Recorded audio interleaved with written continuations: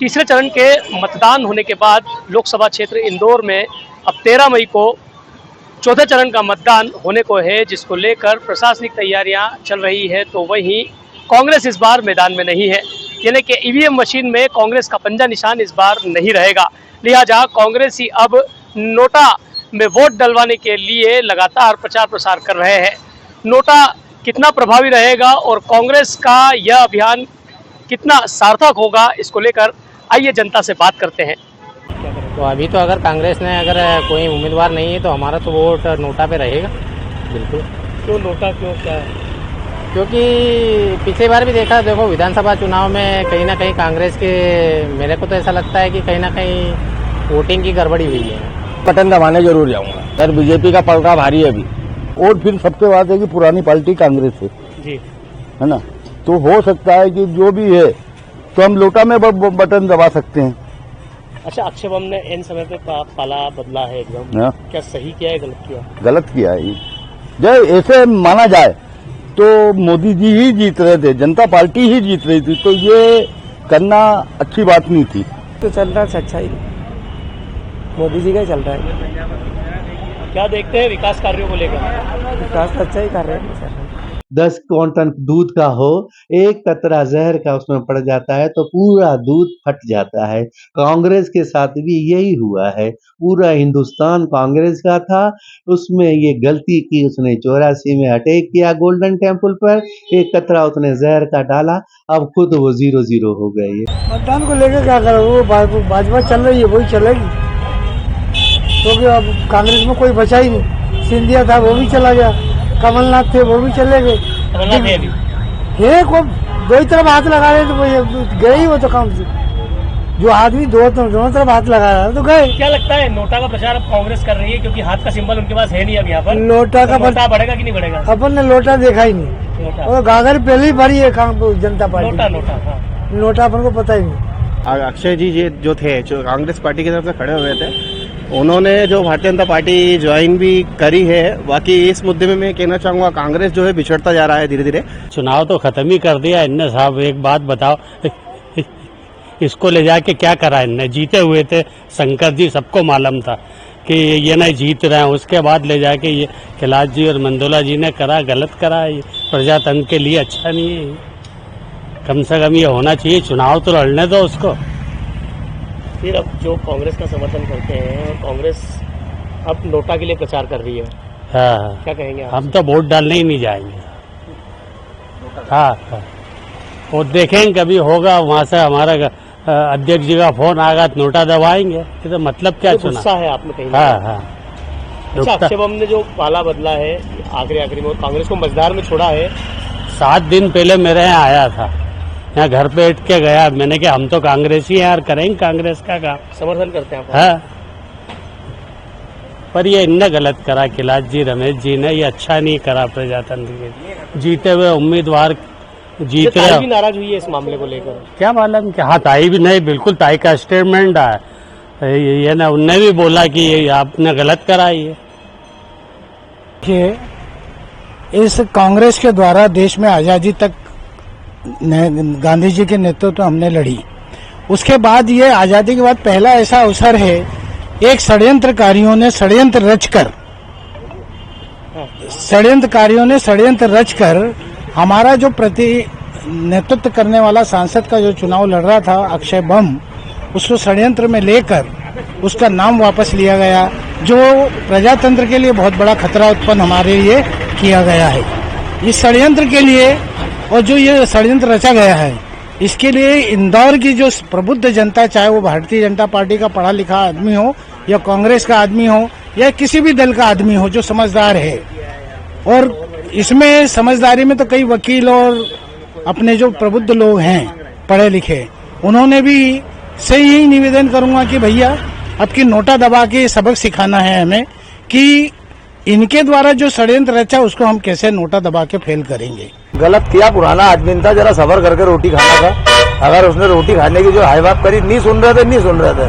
Government कोई खत्म तो हो नहीं रही थी, कांग्रेस ना खत्म हो रही ना बीजेपी खत्म हो रही है। उसको अगर धीर पाई से अगर काम करता वो तो आज नहीं कल बड़ी पोस्ट मिलती। ये बहुत ही बेवकूफ़ी है।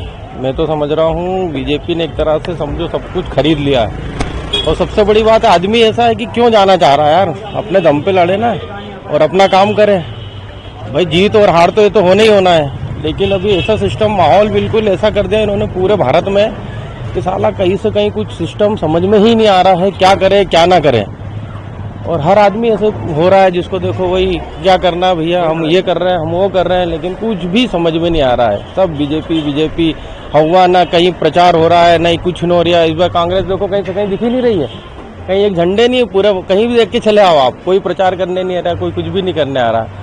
ये तो बिल्कुल ही गलत है भाई। मैं तो पक्ष यही है कि अपना जो भी मतदान डाले 13 तारीख को, बिल्कुल सोच समझ के डालें। अच्छा, अक्षय बम ने जो पाला बदला है एकदम अचानक, क्या कहेंगे इसको लेकर? क्या सही किया या गलत किया? बिल्कुल गलत करा उन्होंने, बिल्कुल ही गलत करा उन्होंने। एक तरह से मुझे तो लगता है इनकी कुछ मिली भगत है, इन लोगों की आपस में चाल, इनको खरीद लिया गया है मेरे हिसाब से।